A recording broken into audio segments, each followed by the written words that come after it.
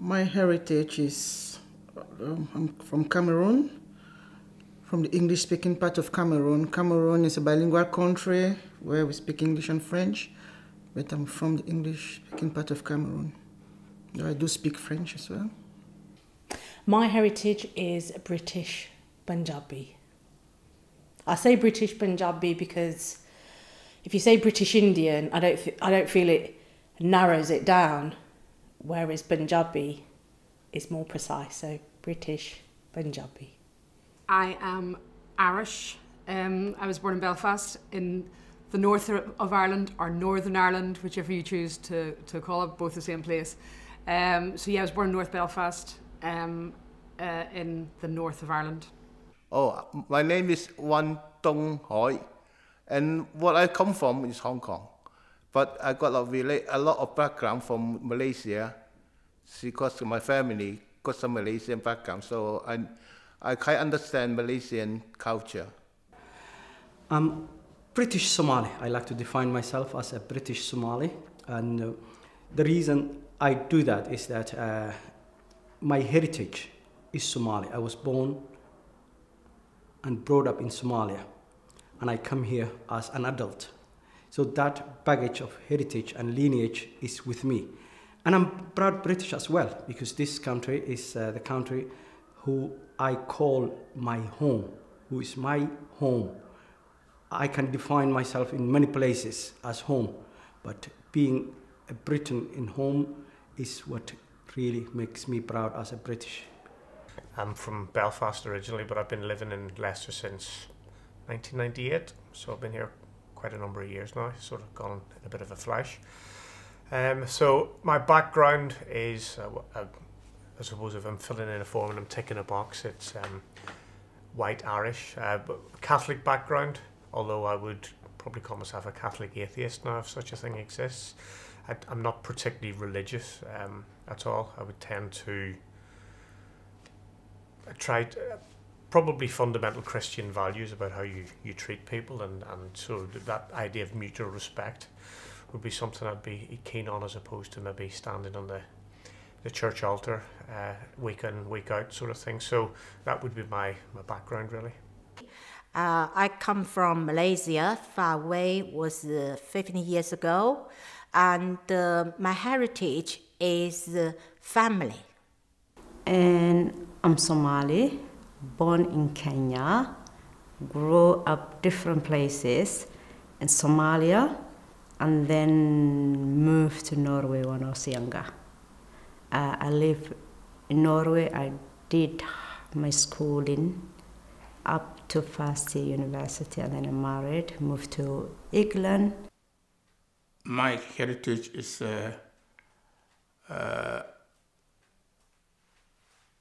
Kenyan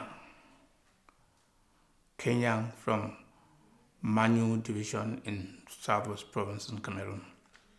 When you're in the middle of civil war, you never know where you might end up. And I've been many places before I come to Britain. And the reason I'm here is because my homeland, when I was finishing my degree at university, started the civil war. Many people ask me why you end up in Britain. In Britain, because I could speak English straight away with anyone who I met. Secondly, it's a country where the values of humanity are protected. Thirdly, it is never what you think or you might go is the best. You will end up because of circumstances. I end up here as a circumstance. I could have been any other European country, or in that matter, in the United States. But this is where I could be at that time.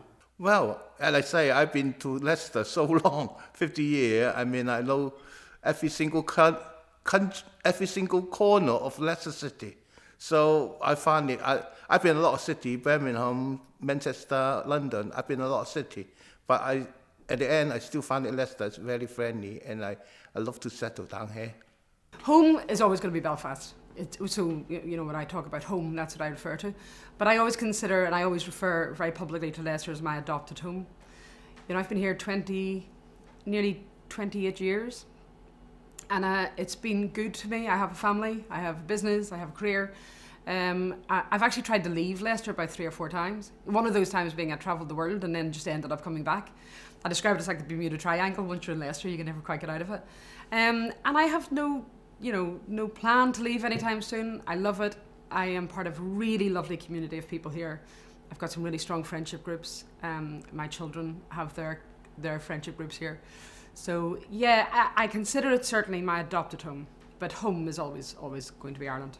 We have an association here that we meet the last Saturday of every month. And when we are privileged to have a member who is fortunate to have a child, we go there to celebrate with him.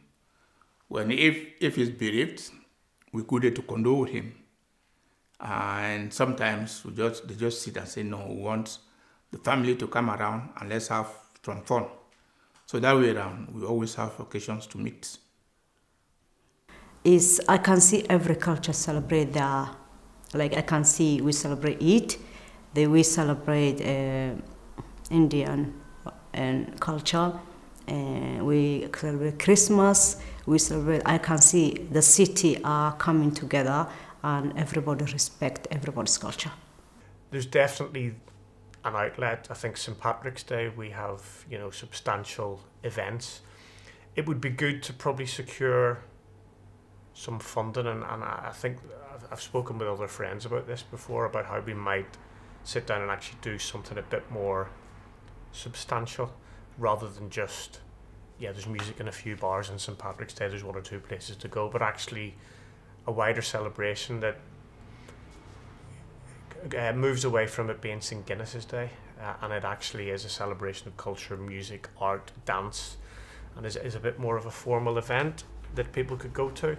So that would be something that I'd really like to sort of improve on the current parade and things that go on, to sort of celebrate that further, because we've some brilliant festivals in Leicester like Diwali, and it would be great that whilst the Irish community is not as big as the Asian community, that we could certainly have an Irish celebration on St. Patrick's Day that's a bit more high profile. Leicester has 2 Nagar Kirtans annually. Nagar is neighbourhood, Kirtan is hymns. There's, off the top of my head, usually at least 15,000 people that attend these Nagar Kirtans. One's usually in November, and then the other one in April to mark Baisakhi, which is a big festival for the Sikhs and Punjabi community. So the opportunity to be a part of these festivals that are close to Punjab and Sikhi, yeah, Leicester represents that, and Leicester does have those cultural events. For the people, they know Chinese big celebration, Chinese New Year's Day, they all know. And for another community, different nationality, they have their own, the same as the Chinese. We all learn to each other. Somalis, well, I'm going to say this. Somalis, they came a bit late to compare other society or other communities like Asian community. Asian community came a long time ago here, and they settled. This is the city they settled. So Somalis, they just came 2000s, and they got long way to go to fit in. And as you know that as a human, we have to work hard to fit in a place. And Somalis, I think still they got long way to go to integrate. And I think in the future, second generation, I suppose they will be fit in. Because like generation like me or like Hashim, we came here as an adult and maybe parent, and you are kind of like, it was difficult to fit in because you are raising kids, you have this different type of like, but kids will fit in. I think we are second generation, first generation in Leicester. Yeah, it quite surprises me sometimes because in Nottingham and where I sort of grew up, a lot of the time you're sort of, oh, what did you do at the weekend? Well, I did this. Oh, well, what's that about then? And whereas I've noticed in Leicester that people that are not Punjabi will sometimes, oh, well, you know, happy Vaisakhi. It was Vaisakhi the other day. And, you know, they'll know without me having to explain, oh, it was Diwali. Sikhs celebrate it for this reason. Hindus celebrate it for this reason.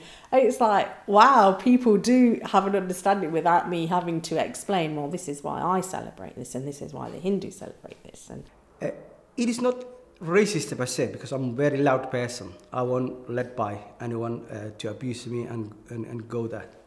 I remember, without naming a radio, I was guest of radio and a caller call, and he abused me on air. But I had to put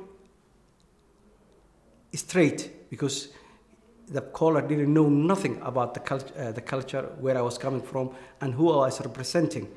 So when the people are daring to get you live on air radio, you can understand how they're trying to be racist on.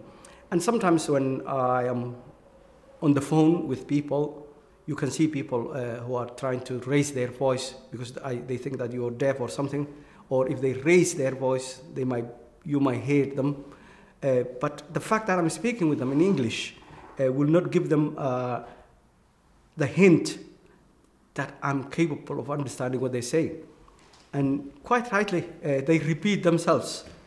And I enjoy that because I have time to think of my responses, because when they repeat things as if I was deaf, I don't take it. And but you can see they have their preconception ideas about you. That's fine. But nowadays, the people are bashing you on the social media. People are trying to. I don't mind people calling me names as Hashim. Hashim is fat, Hashim is this, Hashim is that. I can take it. But when you bring in the whole people, whole ethnicity into being, that's when you're wrong and you need to be stopped. You know, that topic of racism, I don't always like to talk about racism because it is just a daily occurrence. You know, just my standing before somebody, I am black. His attitude, his or her attitude towards me takes a long time to actually open up with me. And I don't blame anybody. Okay? It's the same. So if somebody does not treat you the way you think, and the impression is that he's just being racist, but probably with time, he opens up and you become friends. But the most important thing is there are some people who will, no matter how you open up, no matter what you do, you'll never be friendly to them. But there are some kind people too. There are some people who are good. They are open to see, they want to see how good you are until you portray yourself badly. Some people are like that. So if you happen to fall in their hands, you enjoy company. But if not, okay, I'll tell you an instance. You look for a house. You apply for a house. You call on phone, you talk. Sometimes they give you the opportunity to see you. But you come, you start asking, you had an appointment here at this time. They say, no, we never had an appointment. I said, this is my name. Check your list. I say, yeah, but you did not confirm the appointment. I've come to see to view 1:30, which we agreed. I said I did not confirm. You see, that is to me that is hidden racism. On a day-to-day basis, I get the very, what we like to call casual racism now, don't we? So we get people think it's okay to just go on to this weird kind of Hollywood version of an Irish accent, this kind of Darby O'Gill and the Little People kind of speak and say sort of the comments that no Irish person's ever said in an Irish accent. So as soon as I talk, people think it's perfectly okay to replicate what I've said in my accent. And I often point out to people, if I was any other protected community, if it was from another community that had an accent, you wouldn't do that because you would think it would be racism. So why do you think that that's okay? Because I speak English as a first language, or because I have white skin, or because I come from the island just over there? Do you think that that's acceptable? And then, of course, and I know there's going to be so many people who identify with this, then you get the, oh, but it was just a joke. So you can't take, I thought the Irish had a good sense of humour. Oh, wow, so now you're throwing that at me as well. We do, we really much, very, very much do. But we have our limitations. And actually, when you have that, and the paddy jokes, and the casual use of the word paddy, if it's not my name, then it's not applicable to me. So when you've had that, having a bottle smashed over your head or being spat on, then there's an association with that, and I think people don't get to see that. They think that it's okay, you know. It doesn't seem like that long ago so-called comedians were being paid to stand up and say those jokes, and there's a generation of people who still think that's okay. It's really not. It's really not. You know, and yes, we might make fun of each other within our own community, but that's our right to do that. We're allowed to do that. But yeah, so has there been racism? Have I experienced racism? Or the term that I think is probably more applicable is hate crime and hate incident. Then yes, absolutely. You know, as recently as a couple of weeks ago, again, two guys, and I've outside, and they kind of stopped and asked for directions, and I told them, and one of them did the, sorry, what was that? We didn't quite understand.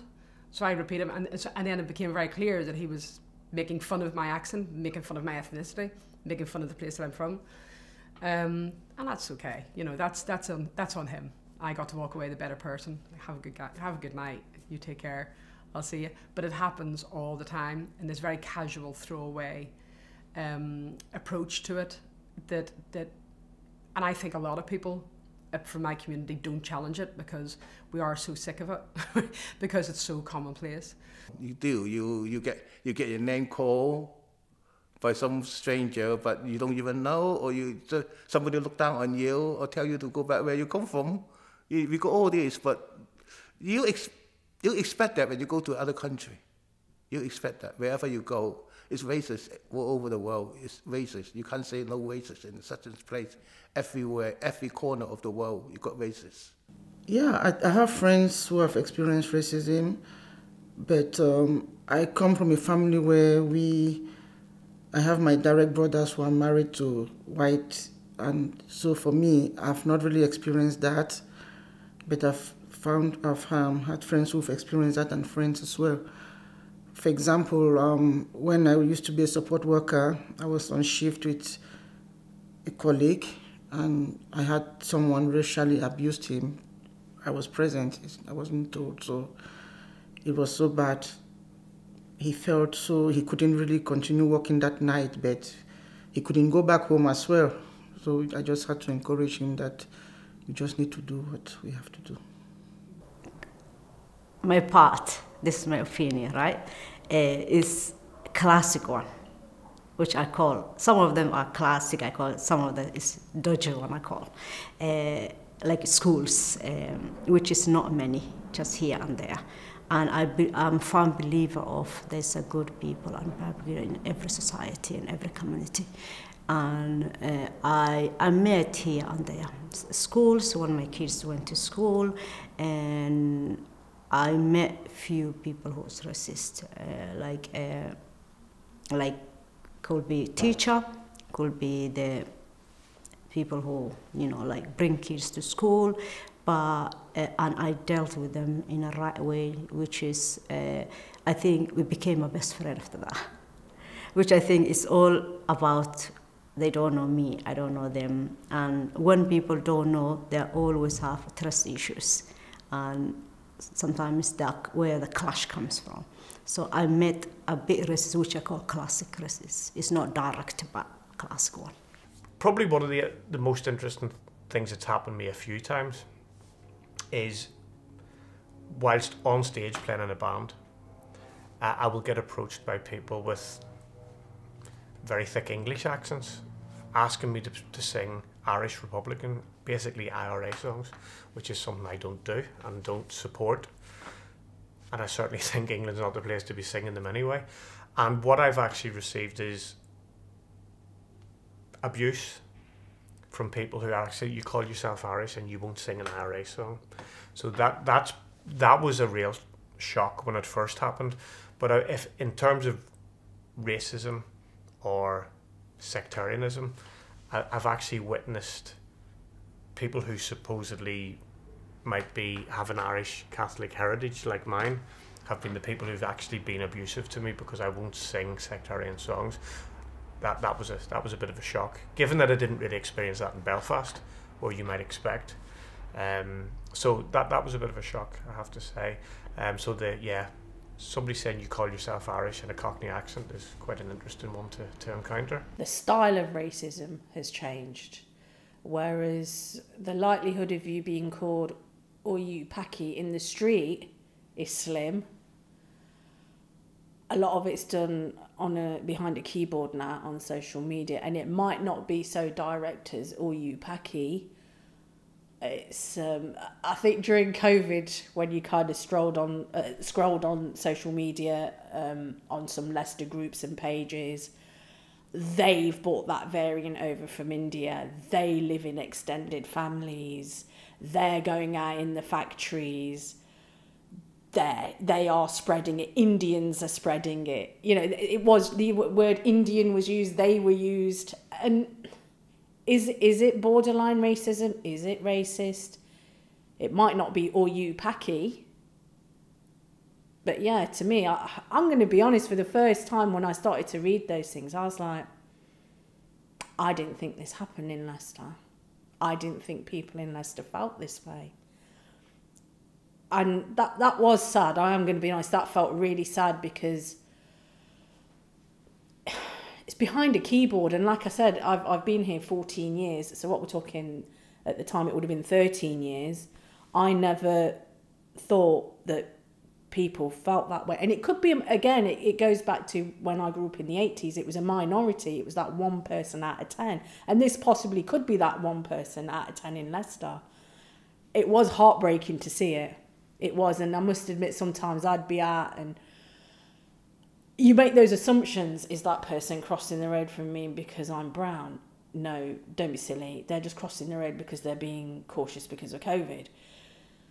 It did start to play on my mind a little bit, and then a bit of self-talk. This has got to start. This is a minority that are doing this online.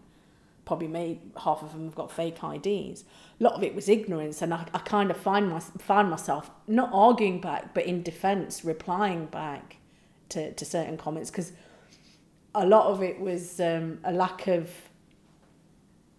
understanding as well. You know, there was references to, you'd see somebody, you know, if there was a news article with somebody's name, and without being rude, from the name, it was apparent that that person was a Muslim. But then somebody would jump on and say, oh, well, those Hindus, you know, this Hindu, and it'd be like, no, this person's not a Hindu. You know, I know from the name.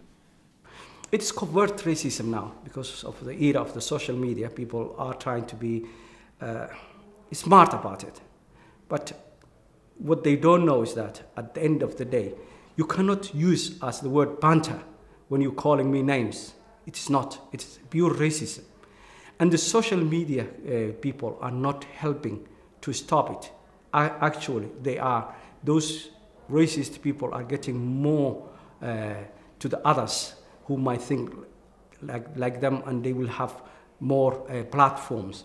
And that's what worries me more than anything now, because people think it's all right to abuse other people and use pure racism.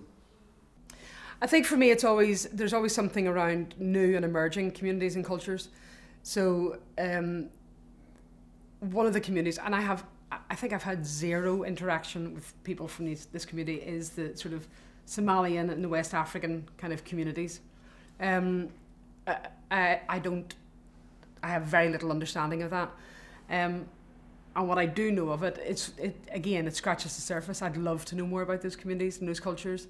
I don't mean, you know, I could Google Somalia and learn about the history of Somalia, know a little bit about the history of Somalia, but I want to stand and have food with somebody from Somalia and then tell me the recipe. I want to, you know, I play guitar, Irish music, all music's really important to me.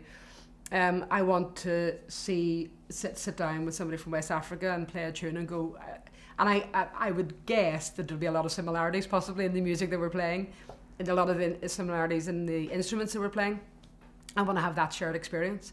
We need to integrate more, and the other culture, they need to understand us, our shortcomings, because to come into new country or new cities, it takes long time them to get to know you or you to get to know them, and they understand who you are, where you're from, what you're capable or able to do. Otherwise, there are trust issues sometimes, which is, I think, is a normal human beings. So we need to integrate more and other people to get to know us too. I think should be learn each other culture more and more open to the other society, get to know each other like some festive or some activity, this sort of thing. People, they don't treat in other people nicely or equally because they don't understand other people's culture very well. Other cultures, those I've come across, you need time, like we are talking with you now. You cannot understand our culture for one day. It's a question of something that comes with time. Then you learn, you see how the people function with time, and you get used to it. You might even come to love it more than your own culture. There can be an innocent ignorance in the sense of you don't know enough about a community, and I think education is the way forward. I think, again, in schools, there's always that, through RE or religious studies in school, there's always room for learning about the Jewish community, learning about Hinduism, learning about Christianity, learning about other cultures. And I think that's something that's really good in Leicester. It's done really well because actually, even if you're a teacher in a class and you maybe don't have a full rounded understanding of that, you've got kids in your class who can bring stuff in, and here's my experience, and the children can lead on it, and you've got it first hand. What I think is fantastic about Leicester, particularly having been a teacher, is these kids are all in the same class. They're friends. So wearing a burqa or being from Africa or being white Irish, which ginger hair or whatever it might be, they play together, they grow up together, they understand each other. And actually that breaks down the barriers. That's the stuff in the next generation that's going to allow them to break the mould. I think, me personally, I feel that it's perhaps because we're not underrepresented. There is a heavy Punjabi community and a heavy Punjabi presence, a Sikh presence, and also more of an understanding about who we are rather than assumptions being made. I grew up in the 80s, and the assumptions and things that were said, and it's like, oh no, we don't do that, or that's not who I am. Whereas now, and there's also education now. I mean, when I was at school, they didn't talk about RE, touched on little things, but that was it, not the in-depth that children have now. So I think from that now, it's the children may go home and talk to them. Oh, we learnt about this today, because I know my children do. Oh, we learnt about this today, and then I'll engage in that conversation with them. Oh, what's that about then? And so maybe it's that, and then also with events and things that take place, because they're open to everybody, could be curiosity, could be people attending, oh, what's that about then? Or people even asking questions, whereas previously perhaps they didn't ask questions and made assumptions. Yes, I do. Leicester is a community that has a lot of people from different cultures, and I think at work I've interacted with people from different cultures. I've always loved to attend their gatherings to learn more about their own cultures, and I'm really hoping that I get much opportunities to, maybe if I meet someone from a different culture, I'm able to liaise with them and then find out what their culture is all about. So it's a matter of, depending on who you meet, and if you're exposed to people from different cultures, that you can meet them and talk about their own experiences, which you want to gain.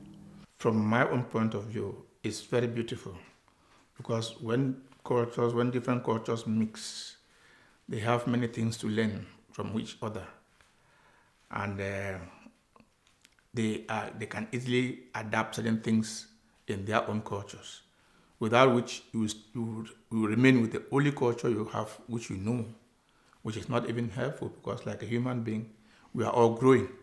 Not everywhere is as blessed as Leicester. We have on our doorstep a plethora of cultures and communities and difference, and which is good, because then I go and learn something different from those communities, and I'm enriched for it. If you don't provide opportunities for us as communities to get together, for us to share our histories and our traditions and our cultures, if we don't get, I mean, imagine how dull that would be.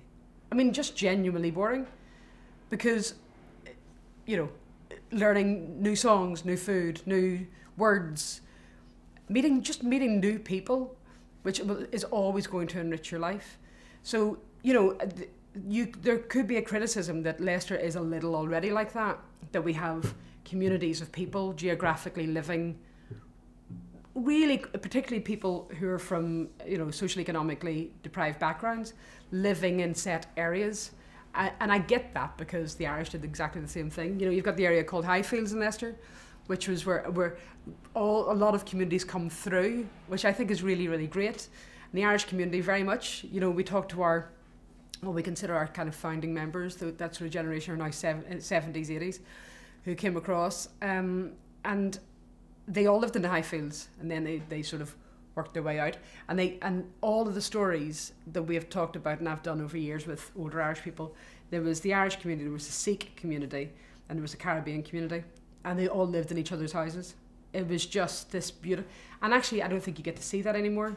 I think communities tend to be, we go to where we're comfortable, don't we? We go to where existing family members are, we go to where there's shops that replicate the countries that we come from, they've got all those things. But actually, it's about trying to create opportunities for all of those communities to come together, I think. Well, what I can say is, I always use respect, that word, because I always use it. I believe respect is the more important to anybody else. If I respect you can't turn around and tell him you're off, will you?